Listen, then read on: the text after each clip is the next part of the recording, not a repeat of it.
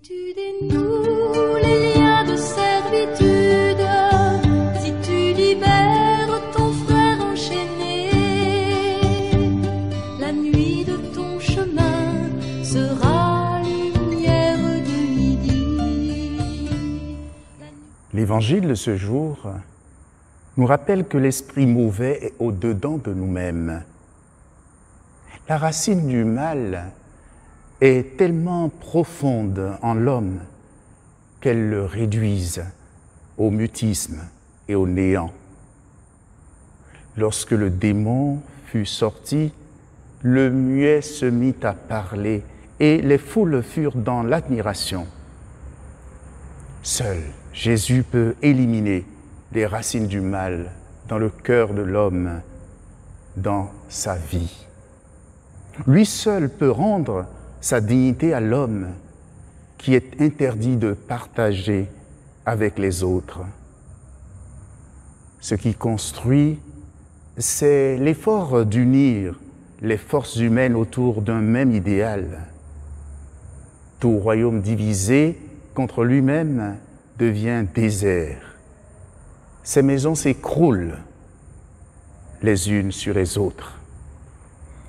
L'attitude de ceux qui doutent du miracle de Jésus ainsi que leurs critiques lui inspire d'inviter ses auditeurs à renouveler leur regard, leur manière d'agir. Sœurs et frères, dans le contexte actuel du silence de nos sociétés marqué par la crise sanitaire, la faim et le terrorisme, Jésus guérit notre humanité du démon qui rend muet. Cet évangile nous enseigne aujourd'hui à poursuivre ce que Jésus a commencé, à aider les gens à changer leurs pensées, à lutter contre le mal qui est autour de nous, à conseiller ceux qui se conduisent mal et font souffrir les autres afin qu'ils se convertissent.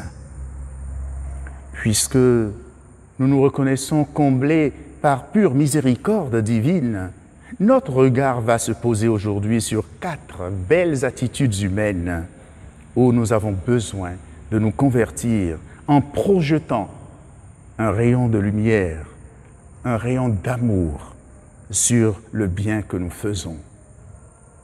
Premièrement, lorsque nous avons le don de la parole et que nous manquons d'amour, qu'est-ce qui advient? Nous sommes prétentieux et nos meilleurs conseils manquent de sagesse.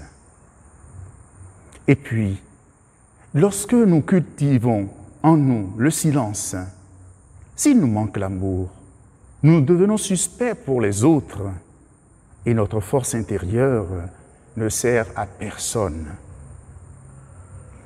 De même, l'intelligence sans l'amour du prochain entretient la ruse, entretient le malaise, au lieu d'inspirer les bonnes solutions aux problèmes qui se posent. Enfin, une dernière qualité, celui qui est aimable, s'il n'aime pas en retour, il devient hypocrite. Mais s'il aime son prochain, il l'aide à devenir pacifique et meilleur.